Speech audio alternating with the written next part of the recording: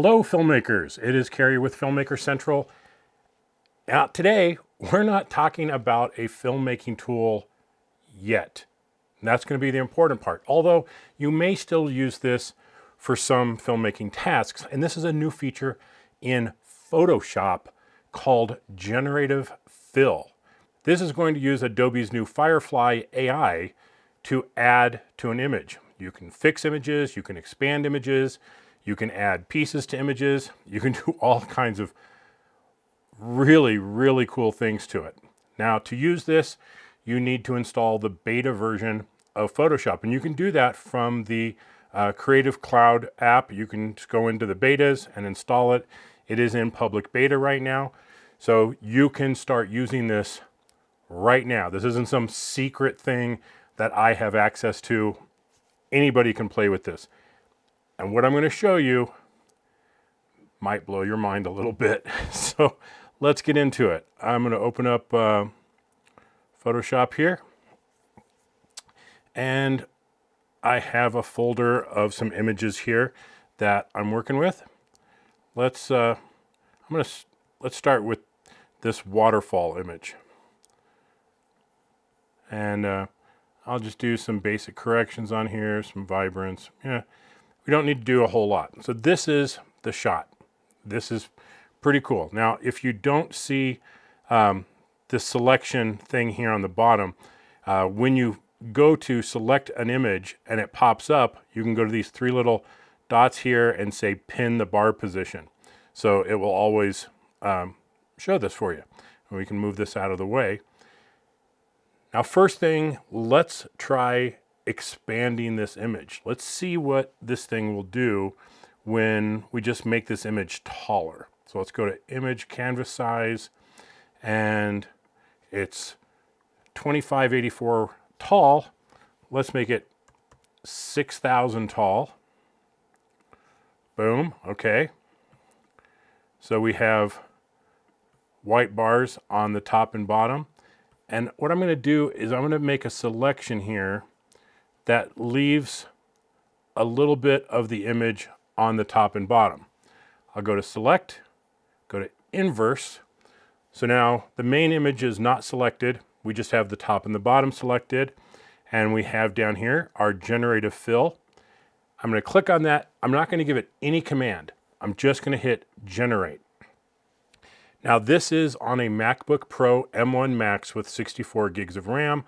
I'm showing this to you in real time so you can see just how long it takes. Doesn't take a whole lot of time. You do need to have internet access because it does use the Firefly AI. That is a live service, so you have to have internet access. Let's see what this comes up with. And come on. There we go. Wow. I'm just wow, right? I mean, it added all this data to the bottom. It expanded the top. Now let's zoom in here. Okay, maybe those don't look totally realistic there, but over here on the right, we have three variations. So, oh, now that looks super good. I love that one. Let's try that one. That looks really good. So I can leave it at that. Now also, it's going to change the bottom too. So let's zoom out a little bit. We can see the difference there. The bottom here I really like, and the top one here I like. So I could cut it, take the bottom half in one, take the top half of another. No problem. That would work really well. But let's take this one. I love this one. It looks realistic in the background. The water flow looks realistic. We have just made a new image that looks super realistic. You show this to anybody, they would never know the difference. They absolutely would not be able to tell what you've done there.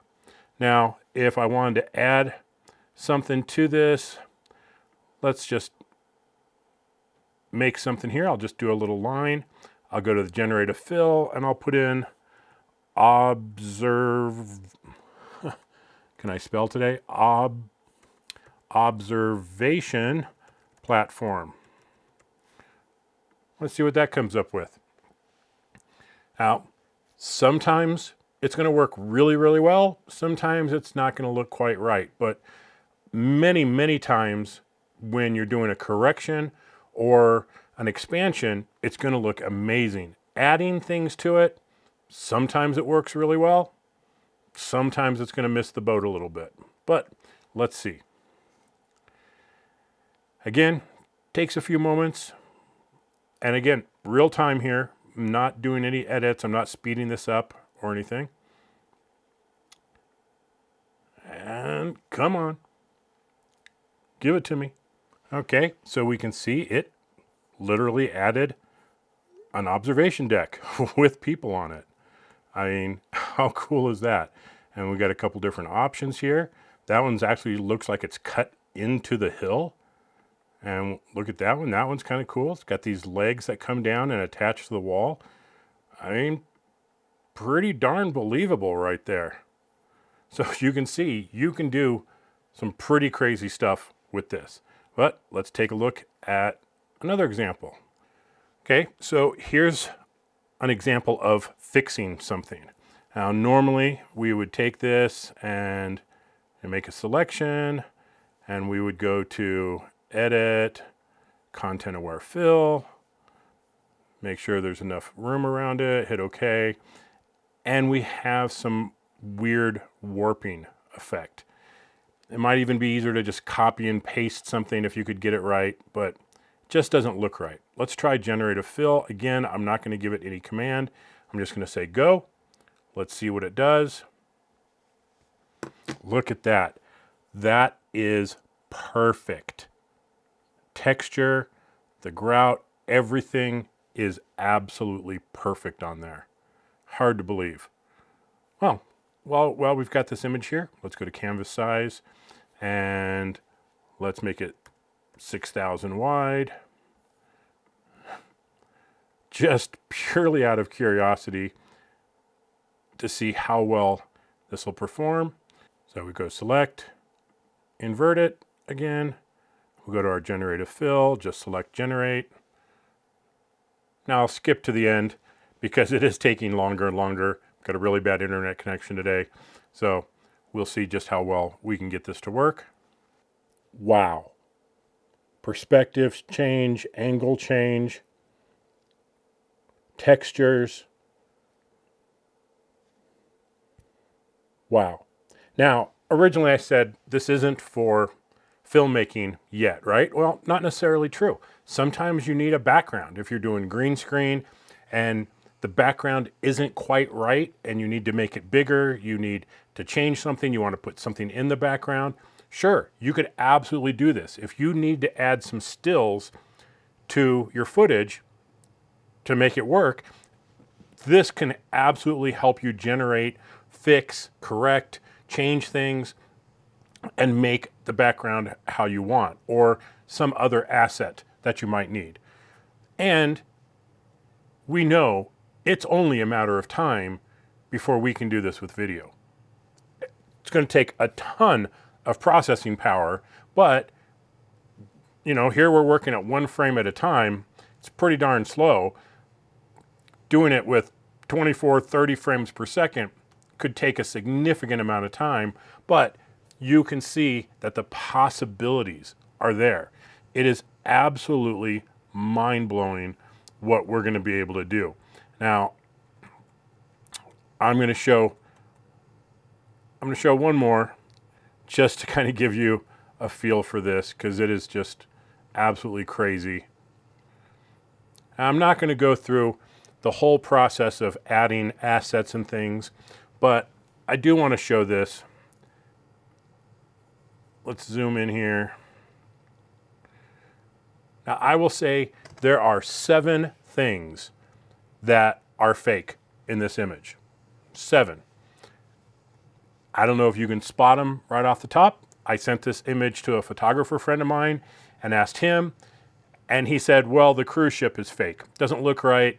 It should be darker in the water around it, and maybe the shipwreck, but I'm not sure. Everything else seems legit. Okay, well, let's take a look. There's the original image. So what did we change? Well, let's start down here in the bottom. We have this road. I wanted to take that out. This field, didn't really like it. Wanted to make that into something else, so we added a lake there. These buildings back here, I selected them and said to turn that into a forest. We added the island in the middle. We added the cruise ship. We added the shipwreck, and we added the additional islands. Let's switch between them.